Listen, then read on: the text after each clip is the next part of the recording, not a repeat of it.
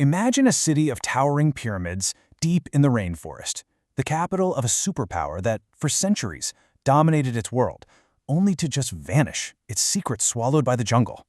Well, this is the incredible story of Tikal, and we're about to uncover what really happened. So take a look at this. This is Tikal's Great Plaza. For more than 1,000 years, this was the absolute beating heart of one of the most powerful kingdoms in the Americas. But then, by the 10th century, silence.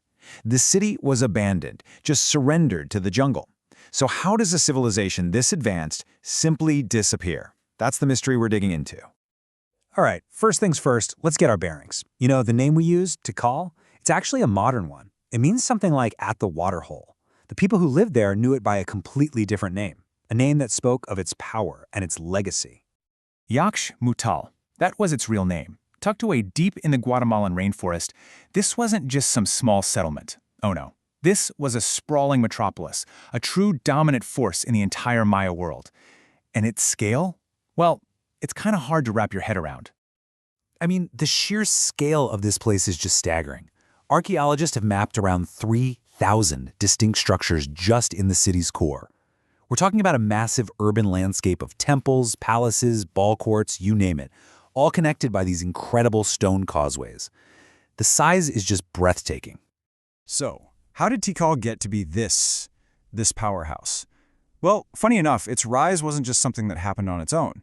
A really pivotal moment in its history came from a pretty surprising source, a powerful foreign empire hundreds and hundreds of miles away.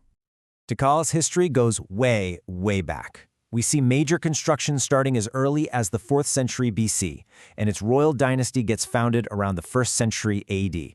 But there's one date that changed absolutely everything, January 14th, 378 AD. Because on that day, a general named Siaj Kak, which means fire is born, showed up, and Tikal would never, ever be the same. Now, Siaj Kak wasn't just some local warlord. The inscriptions actually call him the Lord of the West, and he came from the greatest city in Mesoamerica at the time, the mighty Teotihuacan, which is near modern-day Mexico City. This wasn't a raid, this was an invasion. And right here, you can literally see two worlds colliding. On one side, you've got Tikal's classic Maya style. On the other, the very distinct, powerful grandeur of Teotihuacan. And this wasn't just a military takeover, you know? It was a cultural one, too. New art, new architecture, new ideas. They were all forcibly brought in, changing the very identity of the city. The consequences were immediate, and they were brutal. The very day Siaj Kak arrived, Tikal's king, Chaktuk Ichaak, died. He was almost certainly captured and executed. A new king was installed, the young son of the Lord of Teotihuacan himself. Just like that, Tikal went from being an independent kingdom to a key proxy for a foreign superpower, a base that Teotihuacan could use to spread its influence all across the Maya world. But of course, this newfound power didn't go unchallenged. For the next few centuries, Tikal's story was really defined by this bitter, drawn-out rivalry with another Maya superpower, the Kingdom of Calakmul, up to the north. Historians often call this a Maya Cold War, and it's a perfect description. You had these two superpowers, Tikal and Calakmul, and each one was leading a network of hostile alliances. Their kings even took on this special title, Kalomte, which basically means High King or Emperor. They were both claiming to rule over all the other Maya kingdoms. But then, Tikal suffered a really devastating blow. In 562 AD, an alliance led by Calakmul just crushed Tikal in a major battle, capturing and sacrificing its king. This kicked off what's known as the Tikal hiatus, a dark age for the city that lasted over a century. No new monuments were built, no history was recorded. Its power wasn't just challenged, it was shattered. But Tikal's story wasn't over yet.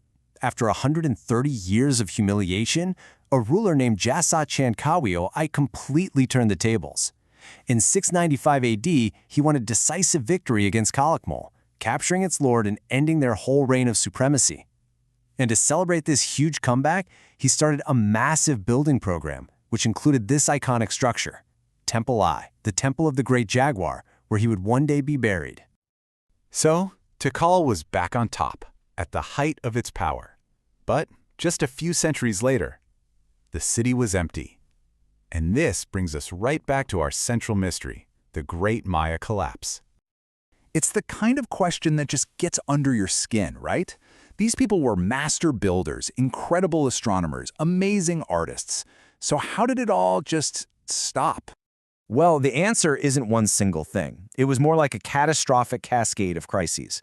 The population got too big for the land to support, which led to widespread deforestation and soil erosion. At the exact same time, constant warfare was destabilizing the entire region. Then the climate itself turned against them with these long, severe droughts that made farming impossible. And the final blow? Recent studies show their reservoirs, the city's lifeblood, were contaminated with toxic mercury and deadly bacteria. It was a total perfect storm. The end, well, it sounds pretty bleak. The great royal palaces, which were once home to these powerful kings, were taken over by squatters. The entire social order had just completely broken down. By around 950 AD, the city was pretty much empty. Yax Mutal, the great superpower, was no more. And for the next 1,000 years, the jungle would be its only resident. Okay, so the city falls. But believe it or not, the story doesn't actually end there. After a whole millennium in hiding, Tikal was rediscovered, and a brand new chapter in its long history began. I mean, just look at this transformation. It's incredible. On one side, you've got a photo from 1882 that shows the temples as these little more than jungle-covered hills, and on the other, the restored Great Plaza we see today.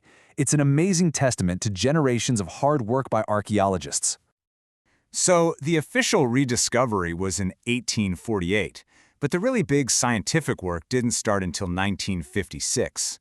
And then, of course, Tikal had its huge pop culture moment in 1977 when George Lucas used it as the filming location for the Rebel base on Yavin 4 in Star Wars. And just 2 years after that, it was, very deservedly, named a UNESCO World Heritage Site. And that's Tikal today, a protected treasure for all of humanity. Its silent temples are a powerful reminder, not just of the incredible achievements of the Maya, but also of how fragile even the greatest civilizations can be. And this really brings us to a final thought. We've seen how this perfect storm of environmental pressures and social problems brought a great civilization to its knees. So the question we're left with is, what can the silent stones of Yax Mutal teach us about our own world?